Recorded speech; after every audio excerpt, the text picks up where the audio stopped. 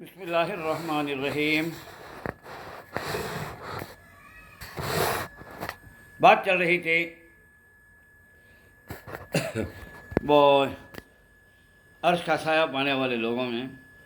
ذرا طبیعت ناساز ہونے کی بنا پر 2 دن نہیں بول سکا، داڑھ میں درد، پیٹ میں درد بہت سخت تھا، مجھ سے طبیعت اس نہیں چاہتی، منہ نہیں کھلتا تھا، کیا کروں؟ تمہیں لوگ آئے تو آئے کہتے نہیں تو نہیں سنتے نا، پیسے تو دینے کا نہیں، حضرت نہیں کرے نا، خیریت تو بھی پوچھیں گے اگر کو، وہ جذباش نہیں ہے اپنے لوگوں میں، سننے والوں میں۔ خیر، اللہ تعالیٰ میری مدد کرا تو بس۔ 7واں اور آخری وہ قسم جو عرش کا سایہ پاتے ہیں، ایک وہ ہے کہ جس کو ایک حسین خوبصورت عورت اور اونچے عہدے والی، جسے کوئی رکاوٹ نہیں، آپ کو حرام کی دعوت دیتی ہے اور آپ یہ کہہ دیں کہ میں اللہ سے ڈرتا ہوں۔ یہاں کئی چیزیں ہیں، ایک ہے اٹریکٹیو عورت، خوبصورت ہو، دوسری چیز ہے انہیں اچھے عہدے والی ہیں، مطلب کیا ہے، کوئی اسے پوچھنے والا نہیں کی کری، کون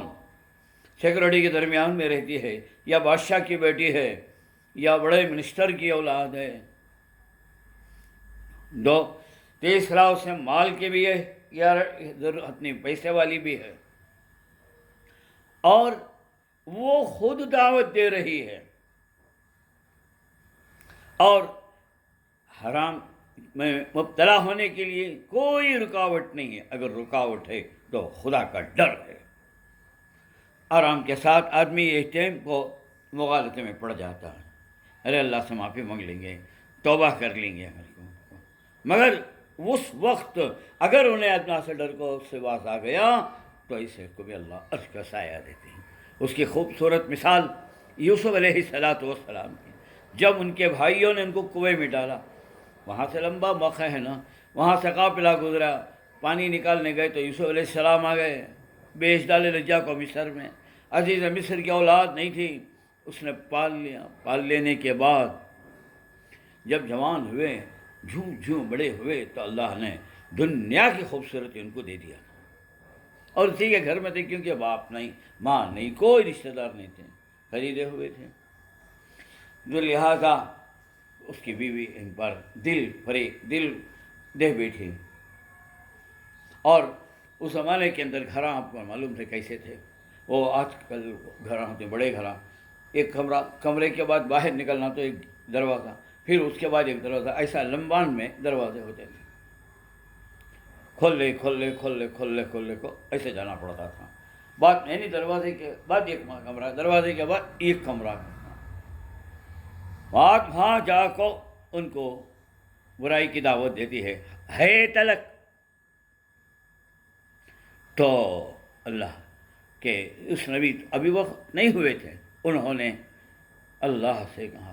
معاذ اللہ، میں اللہ کی پناہ چاہتا ہوں، حالانکہ اس وقت ایک تو انہیں بادشاہ کی بیوی اور محل کوئی بھی نہیں ہے، حرام میں مبتلا، اور یہ اس وقت نبی بھی ابھی بنے نہیں تھے، خدا کا خوف، نبی کو اللہ بناتا 40 سال کے بعد، لیکن چن لیتا ہے شروع سے اللہ تعالیٰ، تو لہذا اس سے بچ گئے،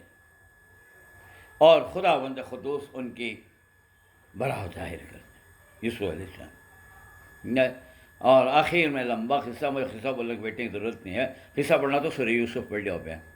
لیکن اس پاک دامنی کا آخر نتیجہ یہ ہوا، خود مجرم یعنی عزیز مصر کو اقرار کرنا پڑا،